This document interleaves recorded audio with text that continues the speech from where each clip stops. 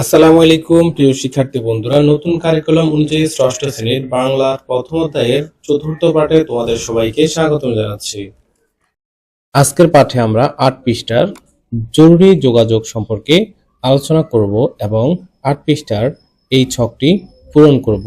তার আগে আমাদেরকে যোগাযোগের অনুশীলন এই পাঠটি ভালোভাবে পড়ে নিতে হবে। তো বন্ধুরা, তোমরা যাতে ছকটি ভালোভাবে পূরণ করতে পারো সেজন্য তোমরা এই লাল মার্ক করা অংশটি অবশ্যই পড়ে নিবে। এবার আসো আমরা আমাদের পাঠ অনুযায়ী জরুরি যোগাযোগ এই ছকটি পূরণ করার চেষ্টা করি। এখানে বলা হয়েছে অনেক সময় জরুরি প্রয়োজনে কারো সঙ্গে বা কোনো সংস্থার সঙ্গে যোগাযোগ করতে হয়। নিচে কিছু জরুরি পরিস্থিতি দেওয়া হলো। এমন পরিস্থিতিতে তুমি বা তোমরা কার সাথে যোগাযোগ করবে তা নিচে লিখো। এই ঘরে জরুরি পরিস্থিতি দেওয়া আছে কয়েকটি এবং এই জরুরি পরিস্থিতিতে আমরা কার সাথে যোগাযোগ করব তা পূরণ করতে হবে। এখানে ১ নং লেখা আছে তোমার এলাকায় কোনো বাড়িতে আগুন লেগেছে। এই জরুরি পরিস্থিতিতে তুমি কার সঙ্গে যোগাযোগ করবে তা লিখতে হবে।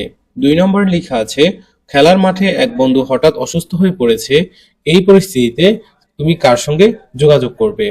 ৩ নম্বরে বলা হয়েছে ঝড়ের পরে বিদ্যুতের তার রাস্তায় পড়ে আছে। এক্ষেত্রে কার সাথে যোগাযোগ করবে তা এই ছকে লিখতে হবে। ৪ নম্বরে লেখা আছে হারিয়ে যাওয়া কোনো শিশুকে খুঁজে পাওয়া গেছে। এই জরুরি পরিস্থিতিতে কার সঙ্গে যোগাযোগ করতে হবে তা এই ছকে লিখতে হবে। তো বন্ধুরা, চলো আমরা এই চার্টের সম্ভাব্য উত্তরসমূহ দেখে নিই। জরুরি পরিস্থিতি ১, তোমার এলাকায় কোনো বাড়িতে আগুন লেগেছে। এক্ষেত্রে এই জরুরি পরিস্থিতিতে তুমি প্রথম অবস্থায় আশপাশের লোকজনদের সাথে যোগাযোগ করবে।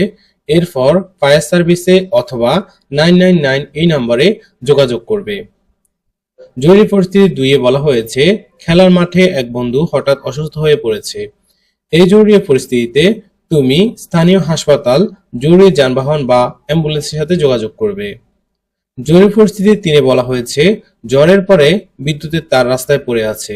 এই জরুরি পরিস্থিতিতে স্থানীয় ইলেকট্রিশিয়ান এবং বিদ্যুৎ অফিসের সাথে যোগাযোগ করবে। জরুরি পরিস্থিতি ৪ এ বলা হয়েছে হারিয়ে যাওয়া কোনো শিশুকে খুঁজে পাওয়া গেছে।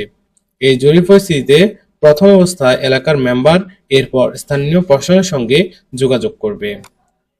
তো বন্ধুরা, আমাদের আজকের ভিডিওটি এই পর্যন্তই। আমরা পরবর্তী ভিডিওতে বাংলার ২য় অধ্যায়ের প্রমিত ভাষা শিখি এর প্রমিত ভাষা সম্পর্কে আলোচনা করব। সেই পর্যন্ত ভালো থেকো, আর আমাদের ভিডিওটি ভালো লাগলে অবশ্যই লাইক দিয়ে আমাদের চ্যানেলটি সাবস্ক্রাইব করে দিবে।